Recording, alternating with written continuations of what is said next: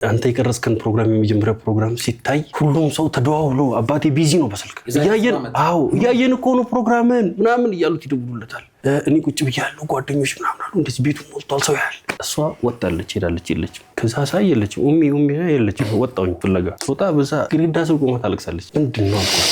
ምንድነው ስላት ያ ረመዳን አለችኝ። እና ሰተርተኒ ረቢና ሰተሩ አለችኝ። ሰተራችሁኝ አላህ ይሰትራችሁ አለችኝ። ምንድነው አልኳት። እኔ በቃ አሁን ብሞትም በቂ ነው አለችኝ። እንዴ አላህ ዑምሪ ይስተሻላ ያንሽ ምንድነው አየህ አለች። እኔ የኔን ዘመድ ሰው አያውቅም አለችኝ። እሷ ጅማ ነች። አባቴ ባሌ ነው። አባቴ ያው ታይዋለህ ያምራል፣ ቆሞ ያምራል፣ ቁጭ ብሎ ያምራል። ሲናገር ድምፁ ይሰማል። ጸጥ ሲል ጸጥታው ይፈራል። ጀግና ነው፣ ሼክ ነው፣ ዓሊም ነው፣ አቂል ነው።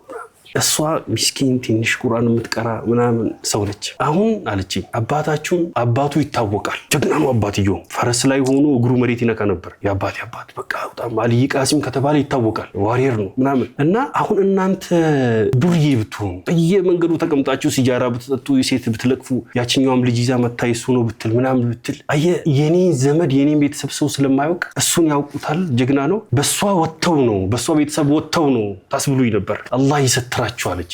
እኔ ተሰማጥኩ እኮ